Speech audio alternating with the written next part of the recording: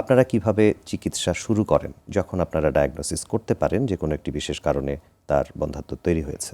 ধন্যবাদ, আপনার প্রশ্নটা খুব সুন্দর। কেন আপনি জিজ্ঞাসা করেছেন আমাকে যে কিভাবে ইনভেস্টিগেশন শুরু করবেন যখন কজ আইডেন্টিফাই করা হয়, মানে কারণ জানি। আসলে কারণ না জেনে কোনো পরীক্ষা নিরীক্ষা ছাড়া আমরা বন্ধ্যাত্বের চিকিৎসা শুরু করি না। বেসিক্যালি আমরা বন্ধ্যাত্বের চিকিৎসা শুরু করি কারণটা আইডেন্টিফাই করার পরে। যখন কারণটা আইডেন্টিফাই করা হয় সেটা অনুযায়ী আসলে আমাদের চিকিৎসা পদ্ধতিটা পরিচালিত হয়। বেসিক্যালি যে আমরা মেয়েদের ক্ষেত্রে যে জিনিসটা খুব কমনলি পাই, ধরেন 10 জন রোগী যদি আমাদের কাছে আসে বন্ধ্যাত্ব নিয়ে, তার মধ্যে কিন্তু 8 জনেরই আমরা যেটা পাই সেটা হচ্ছে যে ডিম্বাণুটা বড় হচ্ছে না, যেটা উনি বললেন যে ওনার ছেলের বউয়ের হচ্ছে না। তো ডিম্বাণু বড় না হলে আমরা যে জিনিসটা করি যে মুখে খাওয়ার কিছু ওষুধ দেই।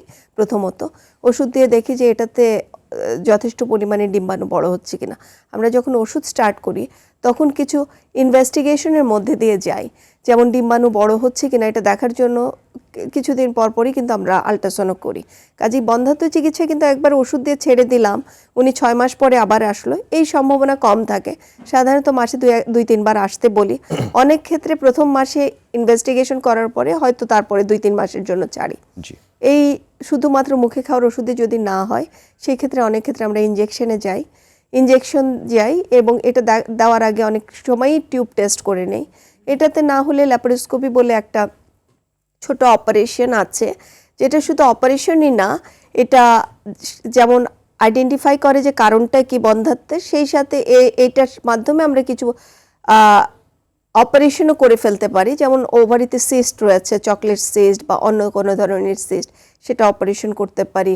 টিউবটা বন্ধ থাকলে কিছু কিছু ক্ষেত্রে খুলে দেওয়া যায়। কিছু কিছু ক্ষেত্রে ল্যাপারোস্কোপিক্যালি ওভারিয়ান ড্রিলিং বলে এই জিনিসটা করা হয়। কাজে ল্যাপারোস্কোপির মাধ্যমে অনেক কিছু করা সম্ভব। সেটাতেও যদি আমরা প্রবলেম আইডেন্টিফাই করে ফেলি, তার পরবর্তীতে যদি লাগে রোগী অনুযায়ী আইইউআই বলে একটা প্রক্রিয়া রয়েছে, ইন্ট্রাইউটেরাইন ইনসেমিনেশন, এটা করি, অথবা আইভিএফ যেটা অ্যাডভান্স প্রসিডিওর, যেটাকে আগে টেস্ট টিউব বেবি বলতাম আমরা, আইভিএফ বা ইআরটি, এটাতে চলে যাই।